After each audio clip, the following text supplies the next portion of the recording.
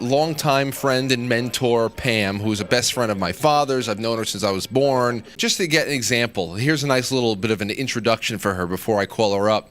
I changed the time of this call 3 times today, and then I said, listen, don't slap me, but I have to ask you one more favor. Can we start at like 7:05? And she said this. She said, no problem. You're talking to a woman who lives with a man who had to be guided in how to microwave meatballs last week. And as he did so, and I heard a pop, I yelled, the microwave, hit clear off. Then he proceeded, he was sitting at my desk with my computer on, to grapple for the mouse, grope the keyboard, and look to the screen for answers. Should I complain about the time of a phone call?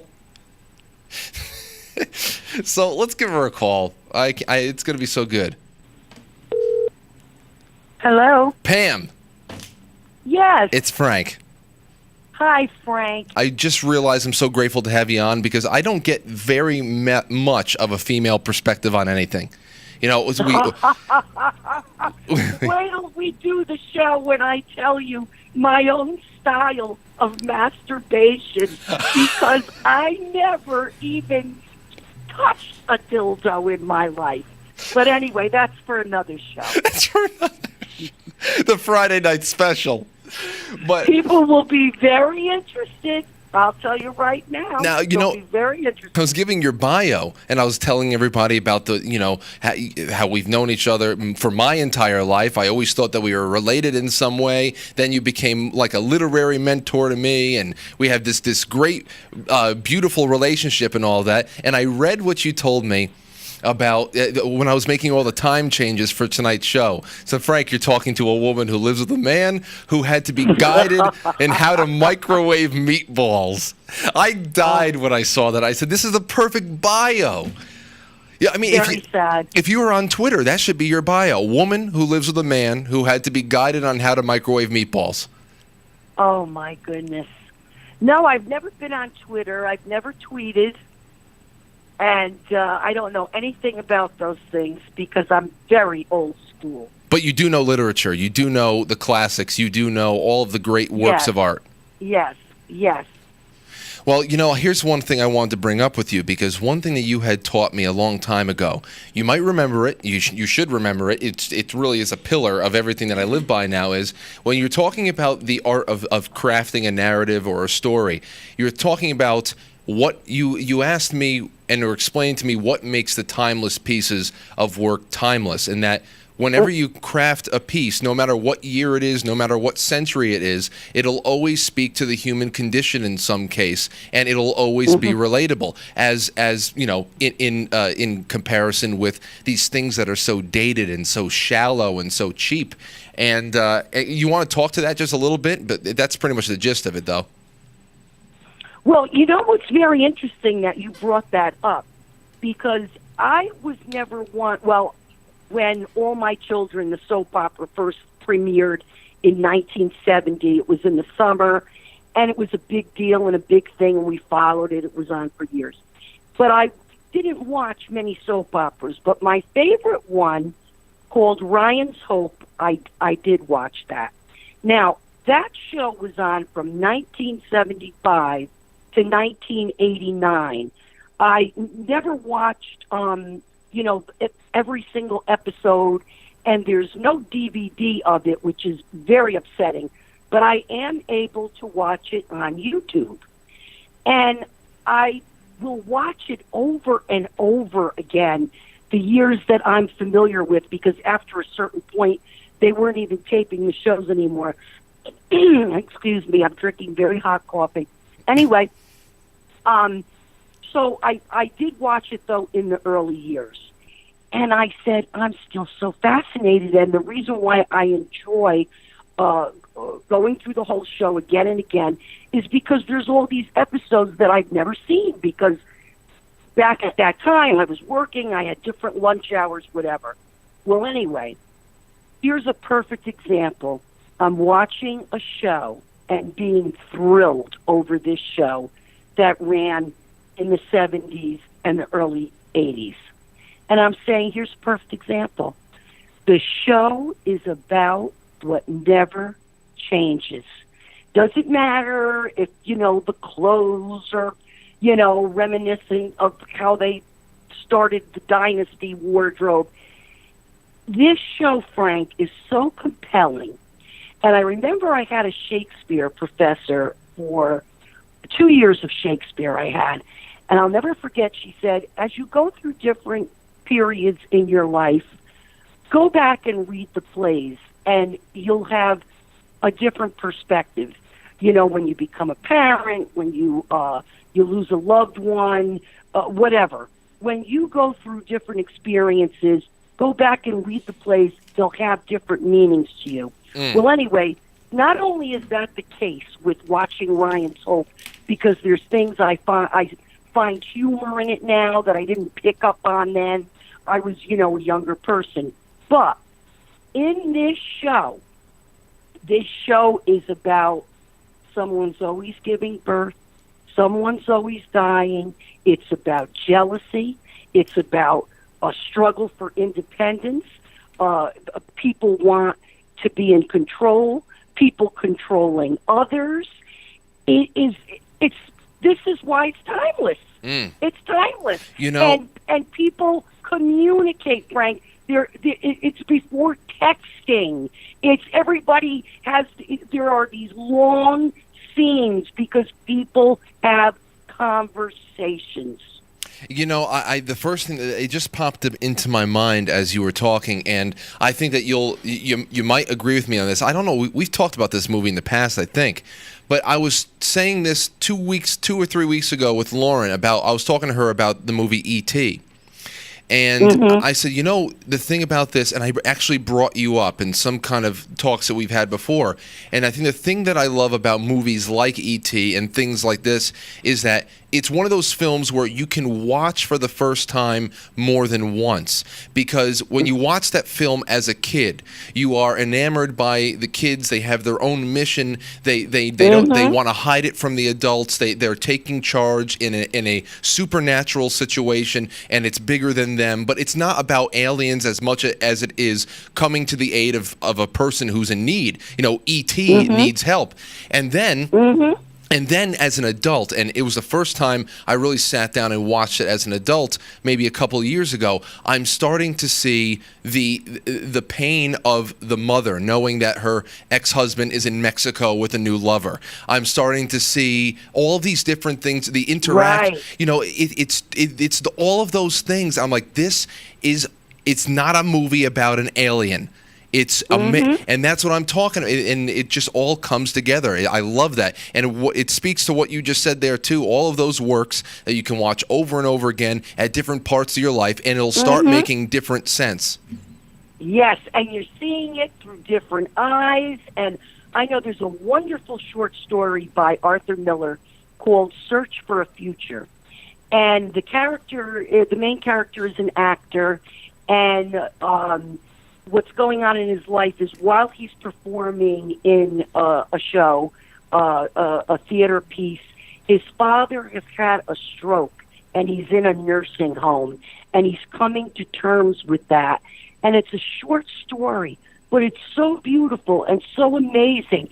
And if you read it as a young person, you think of maybe your job, your responsibility, the job you've chosen, and your parent is sick, and when you read it, as you get older, now you're that person who is no longer young and youthful and is limited with relationships and the outside world. And that happens only in great works of, as you said, film, a play, literature. It happens when something is timeless. And, these things are so dated of everything that goes on today with all this trendy stuff. I was just saying last night at dinner that I wanted to know what my little Brianne wanted for Christmas. And her mother said to me, would you believe it? She wants a MacBook. And I said, oh, should I get it? She said, are you kidding? So then I saw what the prices were. And I said, but this is so ridiculous. If you got some something like this, they're going to update it in a year. What are you going to do? You always have the last product. You always have the played out edition. That's what goes on today because things just change, not valued. I'm glad you bring that up because, I mean, this talk up until this point has been fantastic. But the biggest joke of a reason why I wanted you to lay some commentary down on this issue is that lately, and I saw this piece on News 12 Westchester, and I immediately set it aside, and I immediately knew I had to call you. I was watching I was watching the local news, and they were doing a report about how avocados are very popular with millennials now. They put it on toast. They have the avocado it's trendy. They have all these avocado culture jokes on the internet. They got the hashtags and all that stuff. But now there's this new trend of putting engagement rings inside of avocados and proposing to people. And I'm thinking to myself, when you're talking about taking that plunge and going down that road in life and asking somebody to be your life partner in marriage, depending on how sacred it is to you, whatever. I understand there's always going to be people who do things, in little kooky, weird ways, and they try to not take themselves too seriously. They like to be ironic and stuff. But what do you think Shakespeare or F. Scott Fitzgerald would think about somebody proposing to somebody else with a engagement ring inside of an avocado because it happens to be a joke at that point in time? No, it's so disgusting that I'm going to need a Klonopin in about 2 minutes, and I'm going to tell you why. I might even have it with a glass of amaretto because I get so crazy. I saw something about this avocado and engagement business with a food connoisseur who did lots of things with avocados, very decorative plates and catering, that type of thing. First of all, you've got to understand something, right? The level, think of the mind, the limited mind of a male, and what his issues would be to put an engagement ring in an avocado. First of all, it's a rape. It's a rape of the fruit industry.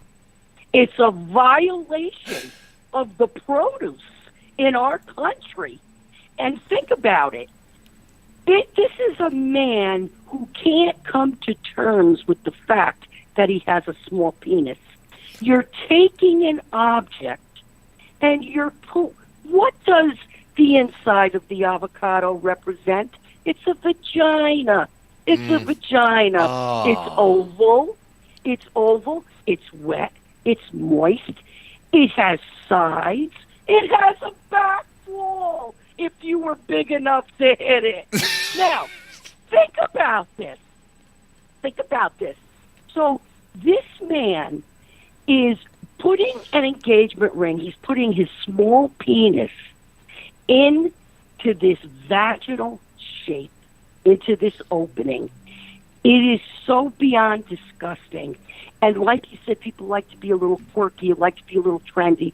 They don't realize remember we talked about the pictures on Facebook? Everybody was cropping their pictures. Yeah. And you said to me, yeah, they're all Picassos.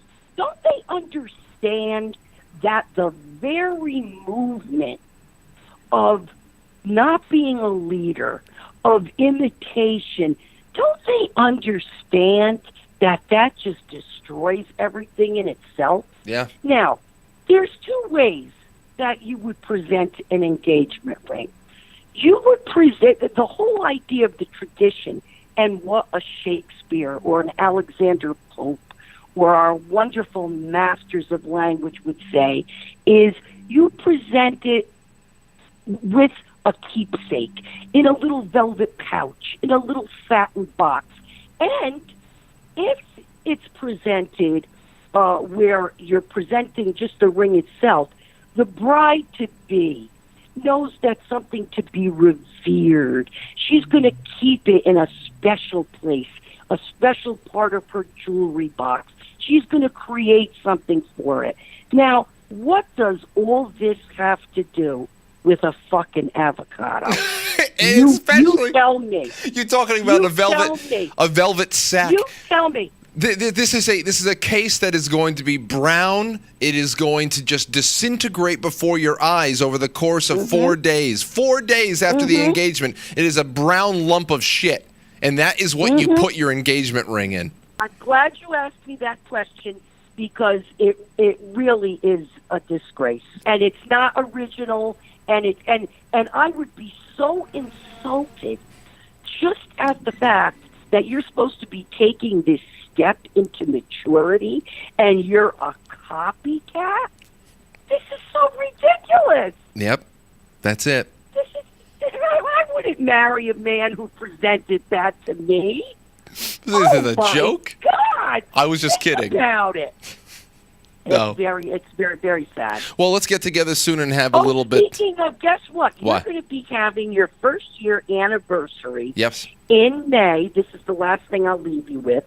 And on May 19th, you'll never guess getting married. All I could tell you is the person who was ruffling my hair the night of the joint. That's all I'll say. Are you serious? And I know you know what I'm talking about. Oh my God. Yes. Okay, we'll talk. We'll talk about this. So we have to get some coffee soon and all that stuff, and I'll get in touch with you after the show for sure. Thank you, Frank. Thank you, Pam. Everybody, that's Pam. You needed to know her, and now you do.